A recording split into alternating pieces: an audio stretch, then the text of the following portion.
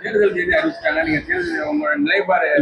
தேதி அறிவிப்பதற்கு முன்பாக தேர்தலுடைய அதிகாரியை சென்னையில் நாங்கள் சந்தித்தோம். டெல்லியிலே தலைமை நிர்வாகிகளுக்கு ஒரு கோரிக்கை மனு கொடுக்கப்பட்டது.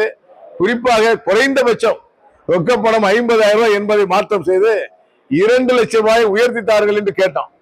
ஆனால் எல்லாம் பரிசீலனை செய்வோம் என்று சொல்லிவிட்டு 4/23 அங்கு தேர்தல் அறிவிக்கப்படுகிறது.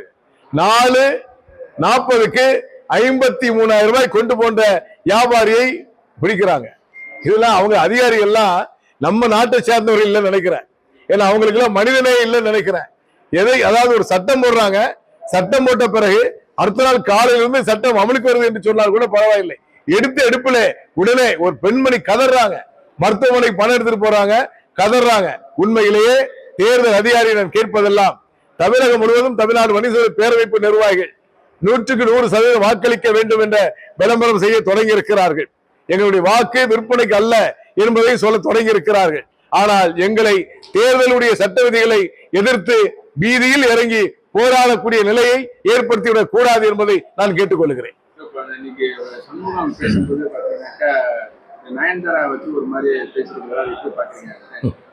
அது ஒரு அவங்களோட சப்ஜெக்ட். அது எனக்கு என்னன்னு புரியல. எனக்கு தெரிந்த பிறகு ஒரு விளக்கமா சொல்றேன்.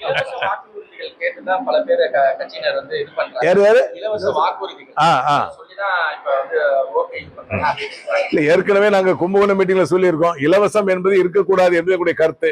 ஏன்னா இலவசம் என்பது இல்லை என்று சொன்னால் நாடு மாநிலமும் தன்னிறைவை பெற்றுவிடும். நம்மளுக்கு போதிய அடிப்படை வசதிகளை ஏற்படுத்துவதற்கு அரசுக்கு போதிய வருமானங்கள் இருக்கும், பணம் இருக்கும், வெளிநாடுகள்ல கடன் வாங்க வேண்டிய நிலை இருக்காது. ஆகவே மக்கள் புரிந்து கொள்ள, மக்கள் ட்ரெண்ட் பாத்தீங்கன்னா இன்றைக்கு நீங்க ஓட்டு கேட்க போனாலே மக்கள் என்ன கேட்கிறாங்க, உணர்ந்துட்டியான்னு கேட்கிறாங்க. இந்த நிலைப்பாடை மக்கள் ஒவ்வொருவரும் மாற்றம் செய்ய வேண்டும் என்பதை தமிழ்நாடு வணிக பேரமைப்பு கேட்டுக்கொள்கிறது. ஆமா, அதுதான். அதாவது தேர்தல் அதிகாரிகளுக்கு நாட்டு நடப்பு என்னன்னு தெரியலங்க. அதாவது விலைவாசி, காய்கறி பர்ச்சேஸ் பண்ண போறோம், பழம் பர்ச்சேஸ் பண்ண போறோம்னா சாதாரண ஒரு கடைக்கு 80,000 60,000 கேஷ் கொண்டு போக முடியாது, கதை விஷயம் முடியாது. ஆனா அந்த அதிகாரிகளுக்கு தெரியும் யார் யார் பணம் அரசியல் கட்சியில் கொடுக்கிறாங்களோ அவங்க எல்லாம் எங்க வச்சிருக்க நல்லா தெரியும். ஆனால் வழியிடுவது வியாபாரிகளை என்பதையும், சாமானிய ஆட்டு வியாபாரிகள், மாட்டு வியாபாரிகள், விவசாயிகள் பலிபடுறாங்க. இந்த பலியிடுதல் வேண்டாம். கட்டாயமாக மனித நேயத்தை அமுல்படுத்துங்கள். விரைவாக 2 லட்சம் என்பதை அறிவித்து விடுங்கள். தேவையில்லாம அழிக்கழிக்க கூடாது என்பதை பேரமைப்பு மிக தெளிவாக தெரிவித்துக் கொள்கிறது. இல்ல, எங்களுக்கு 23 தேர்தல் முடிஞ்சிருதுங்க. 23 ரிலாக்ஸ் பண்ணிடுவாங்க. நமக்கு எல்லாம் கோரிக்கை மனு அவங்க லெட்டர் கொடுத்துருவோம். 4ஆம் தேதி வாக்குன்றாங்க. 4ஆம் தேதி இரவோடு யார் வெற்றி பெறாங்க, யார் ஆட்சி அமைக்க போறான்னு தெரியும்.